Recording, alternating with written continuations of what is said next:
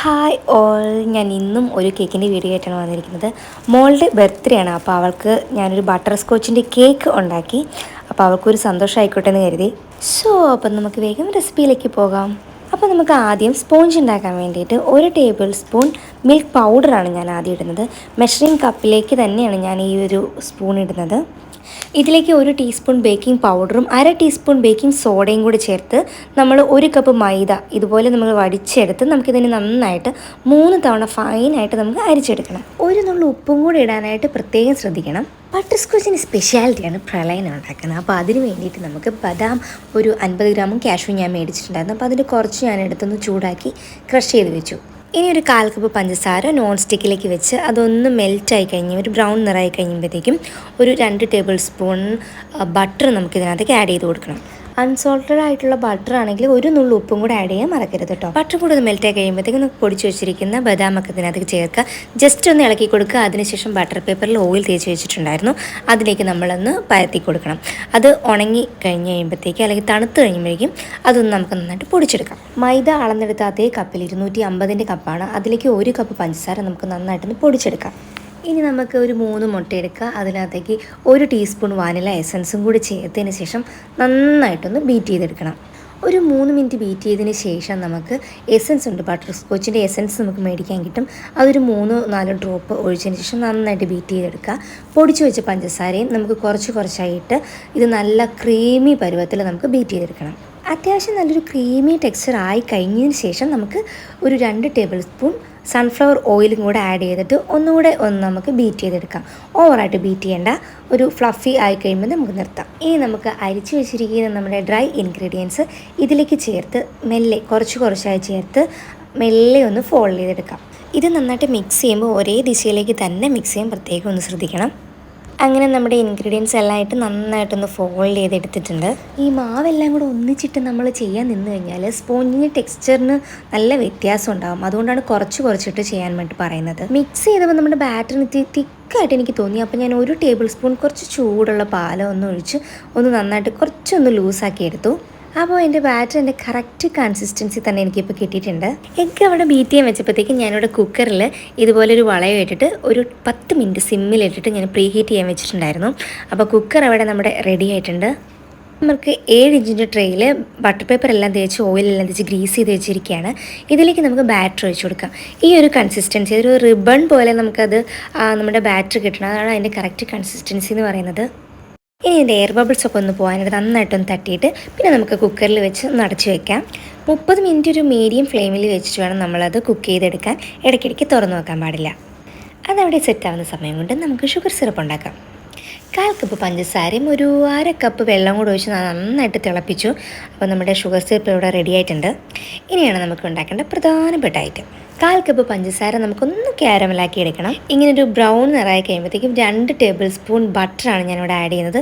കുറച്ച് ബട്ടർ കൂടിയാലും വലിയ കുഴപ്പമൊന്നുമില്ല.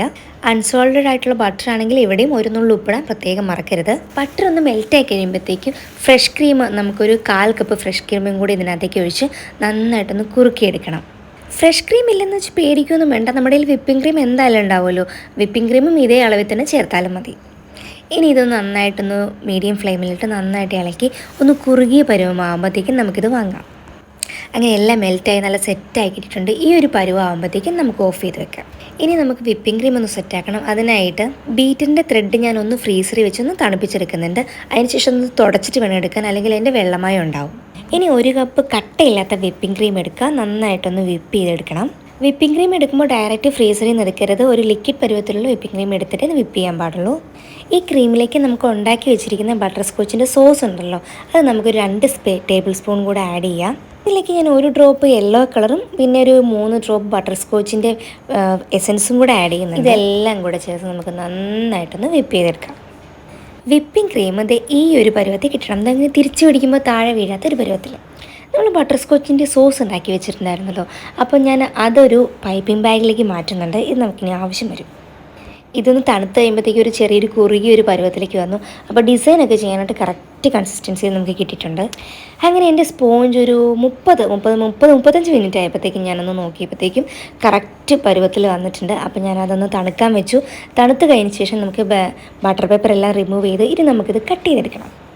നല്ല സോഫ്റ്റായിട്ട് തന്നെ നമുക്ക് നമ്മുടെ സ്പോഞ്ച് ഇവിടെ കിട്ടിയിട്ടുണ്ട്. ഞാൻ ഇന്നിവിടെ കേക്ക് കട്ട് ചെയ്യുന്ന 2 രീതികളാണ് കാണിച്ചിരുന്നത്. ഒന്ന് നമുക്കിങ്ങനെ എന്തെങ്കിലും കത്തി ഉണ്ടെങ്കിൽ അത് വെച്ച് നന്നായിട്ടൊന്ന് കട്ട് ചെയ്തിട്ട് ഈ ലോങ് ആയിട്ടുള്ള കത്തി വെച്ച് നമുക്കൊന്ന് മുറിച്ചെടുക്കാൻ പറ്റും. ഇനി ഇത് പറ്റില്ലെങ്കിലും നമുക്ക് വളരെ എളുപ്പത്തിൽ ചെയ്യുന്ന വേറൊരു ട്രിക്കും കൂടിയുണ്ട്.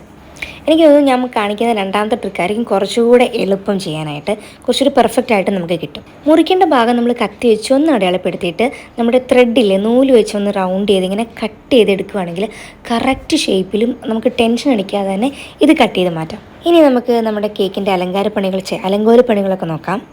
കുറച്ച് ക്രീം തേച്ച് നമുക്ക് ഫസ്റ്റ് ലെയർ ഇതിനകത്തേക്ക് വെക്കാം. ഇനി നമുക്ക് എന്നത്തെയും പോലെ തന്നെ ഷുഗർ സിറപ്പ് വെച്ചിട്ട് നന്നായിട്ടൊന്ന് സോക്ക് ചെയ്തെടുക്കണം. ഹോം മെയ്ഡ് ആയതുകൊണ്ട് ഞാൻ അധികം ഷുഗർ സിറപ്പ് അങ്ങനെ ഒരുപാട് ഒഴിക്കുന്നില്ല. ഒരുപാട് നമുക്ക് മധുരം പഞ്ചസാര എല്ലാത്തിലും ഉണ്ടല്ലോ, അപ്പോൾ അതുകൊണ്ട് തന്നെ കുറച്ചേ ഒഴിക്കുന്നുള്ളൂ.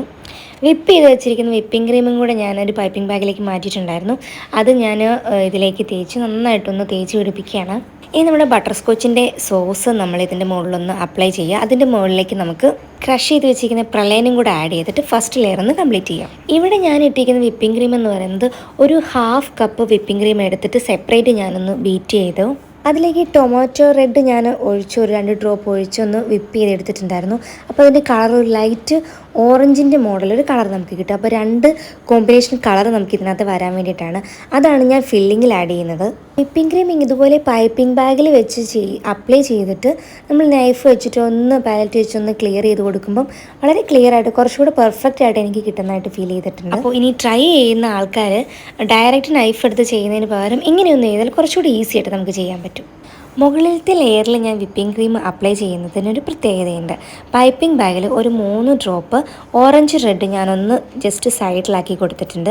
അതിലേക്കായിരുന്നു ഞാനും വിപ്പിംഗ് ക്രീം അപ്ലൈ ചെയ്തത്. എന്നിട്ട് നമ്മൾ പ്രസ് ചെയ്യുമ്പോഴത്തേക്ക് ഇങ്ങനെ മൾട്ടി കളറിൽ ഈ ഷെയ്ഡിൽ നമുക്ക് ഈ ഒരു വിപ്പിംഗ് ക്രീം നമുക്ക് കിട്ടും. കുറച്ച് തിരക്കായിപ്പോയി, അതുകൊണ്ട് ആ വീഡിയോ എനിക്ക് എടുക്കാൻ പറ്റിയില്ല.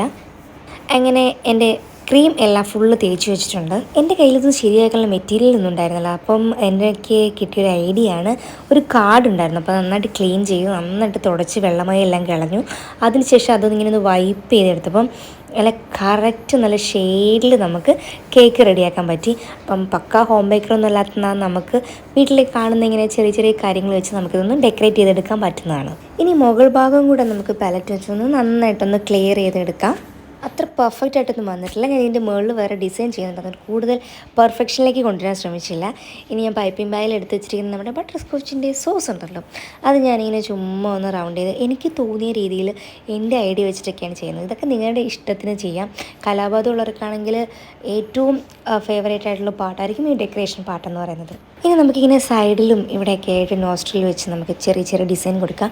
ഞാൻ നോർമൽ വൈറ്റ് മാത്രമുള്ള വിപ്പിംഗ് ക്രീം ചെയ്തിട്ടുണ്ടായിരുന്നു.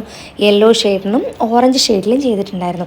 ഇതിൻ്റെ എല്ലാം സൈഡിൽ നമുക്ക് കളർ കോമ്പിനേഷൻ വേണമെങ്കിൽ ആ കളറിൻ്റെ എസൻസ് ചെറുതായിട്ട് പൈപ്പിംഗ് ബാഗിൻ്റെ സൈഡിൽ വെച്ച് കൊടുത്താൽ ഇങ്ങനെ നമുക്ക് ഡബിൾ ഷെയ്ഡിലുള്ള ഡിസൈൻസ് കിട്ടും. അങ്ങനെ നടുക്കായിട്ട് ബട്ടർ സ്കോച്ചിൻ്റെ സോസ് തന്നെ വെച്ച് ഞാൻ നാനു എന്ന് എഴുതിയിട്ടുണ്ട്. കൂടുതൽ എഴുതാനായിട്ടുള്ള സ്ഥലമൊന്നും ഉണ്ടായിരുന്നില്ല, അപ്പോൾ ഉള്ളതുപോലെയൊക്കെ ഞാൻ ഒപ്പിച്ച് വെച്ചിട്ടുണ്ട്. ഇനി ഇതിൻ്റെ സൈഡിലേക്ക് ആ പൊടിച്ച് വെച്ചിരിക്കുന്ന പ്രളയനും കൂടെ ഒന്ന് ചേർത്ത് കൊടുക്കുകയാണ്.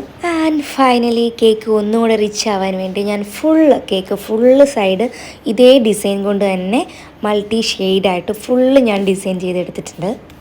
അങ്ങനെ നാനുകുട്ടൻ്റെ ബർത്ത്ഡേ കേക്ക് ഇവിടെ റെഡി ആയിരിക്കുകയാണ്. സമയം 12 മണി രാത്രി. ഇനി നമുക്ക് ഇതൊന്ന് ഫ്രിഡ്ജിലേക്ക് കയറ്റാം. ഇതിൻ്റെ ഈ ഫൈനൽ ലുക്ക് ഞാൻ നാനുവിനെ കാണിച്ചില്ല, അവരൊക്കെ ഉറങ്ങിയായിരുന്നു. സോ നമുക്കിതിന് ഫ്രിഡ്ജ് വെച്ച് ഓവർനൈറ്റ് വെച്ച് നമുക്ക് വൈകിട്ട് എടുക്കാം. സോ ഞങ്ങളുടെ ബർത്ത്ഡേ പാർട്ടി സ്റ്റാർട്ടായി.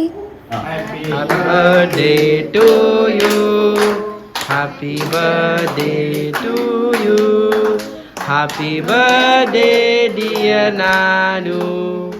Happy birthday to you. Happy birthday Nanu. Thank you. Cake super. Party. Kamashala nalla. Nalla yaada.